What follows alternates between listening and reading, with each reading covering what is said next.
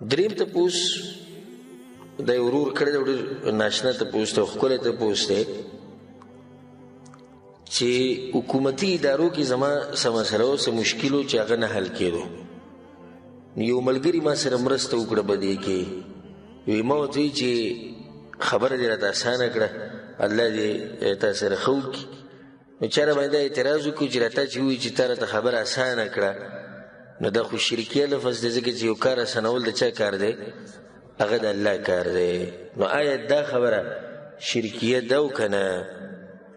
جواب د دې مسلې وبالله توفیق هغه دا دی چې دې کې شک نشتی چې ټول کارونه د الله سبحانه وتعالی په لاس کې او الله سبحانه وتعالی خالق دی د هر شي او رب دی او باچا دی او مالک دی او تصرف کوونکی دا هغه دی، رزق ورکوونکی هغه دی، یو شی ورکوونکی هغه دی، یو شی منع کوونکی هغه دی. خو ما تاسو ته دا خبره وکړه او بار بار یې کوو چې د بعضو دا شوق دی چې جواب ورکم بس یوه، او دا بعض په دې مسله کې د حد نه زیات شي، لکه د بعضو خلکو د دینداري لکه په دې سر ور واوړي او د بعضو د تقوا او د توحید یعنی کمې پولې چې الله او د الله پیغمبر یې ښودي دی پکې د هغې نه م واوړي. نو په خبره کې سوچ پکاري. زه د یو حدیث وایم، امام مسلم رحمه الله راوړی دی، ابو هريره وی رسول الله دا خبره کړې ده، من نفس عن مؤمن كربة من كرب الدنيا نفس الله عنه كربة من كرب يوم القيامه. کچرته یو مسلمان د بل مسلمان نه سخت لري کړه، الله به د آخرت په سخت کې سخت لري کی. او دې ذکر رسول الله وی کوي مسلمان سخت لري کړه او سخت لري کول د چا کار دی؟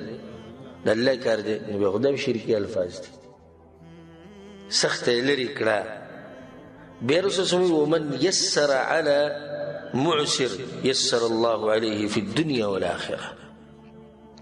او چا چې سانتیا راوسته په یو سړي باندې قرضه ده، یو سړي سره حق دی او هغه حالات کمزوري دي، تنګسیا پې ده او ده پې اسانتیا راوسته، الله به په ده باندې اسانتیا راولي په دنیا او په آخرت کې. او دې کوي که چا اسانتیا راوسته، اسانتیا راوسته ده خو د الله کار دی.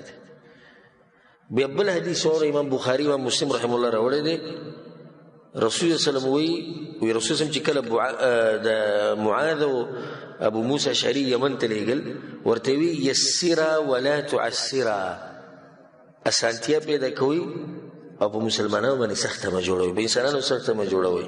اوس دې ځای کې نسبت د اسانتیا او نسبت د مسلې د ختمولو د انسان ته وشو. نو رسول الله خو موږ ته دې خبرې نه ښیي چې هغه شرکي. نو جواب د دې مسلې دا دی، لنډ حاصل ده، اصل مسله حل کوونکی او اصل اسانتیا راوستونکی هغه الله سبحانه وتعالی، په دې کې شک نشته. خو دا انسان پکې یو سبب دی. نو ته چې کله وایې چې پلاني زما دپاره دا کار آسان کو، نو ته دا وایې چې الله پکې دا یو سبب وګرځو، د ده په ذریعې سره الله دا کار آسان کو، نو دا جایز دی، په دې کې هېڅ حرج نشته. او ډېر خیال ساتئ په جواب ورکولو کې هسې ګرم ګرم کېږي، مو جاري مسلې جواب ورکوئ. دا بعض کسانو ته چې توحید درس وکړي بیا چې مخې له سره راځي فتوی پرې ورکوي، بعض ته چې د شرک مسله بیان کړي چې بس ورځي پرې، او که چا د څه مسله بیان کړي هره مسله کې سوچ او فکر او علماو ته رجوع کول.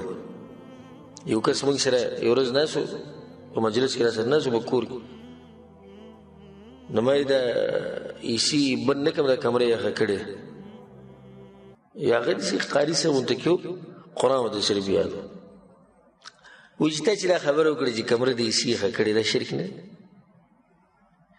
یخول او ګرمول دا خو د الله کار دی. نو ته څنګه وایې چې نو هغه ته ما وایي ته په دې مسله باندې پوه یې چې ته به څه باره کې تپوس کې لږ سوچ کوه، لږ فکر کوه. د یو مسلمان هم دا عقیده نه ده چې هغه دې دا وایي چې یعنی د پلانی شي یا د پلانی انسان دا کار وکړو بغیر د الله د طاقت نه، بغیر د الله د توفیق نه، بغیر د الله د تقدیر نه، بغیر د الله د رضا نه. دا چا عقیده شته؟ نشته دا عقیده. نو نسبت د شرک او د کفر دې کې لږ ګزاره کوئ او د علماو نه تپوس کوئ، د علماو کار دی. والله اعلم.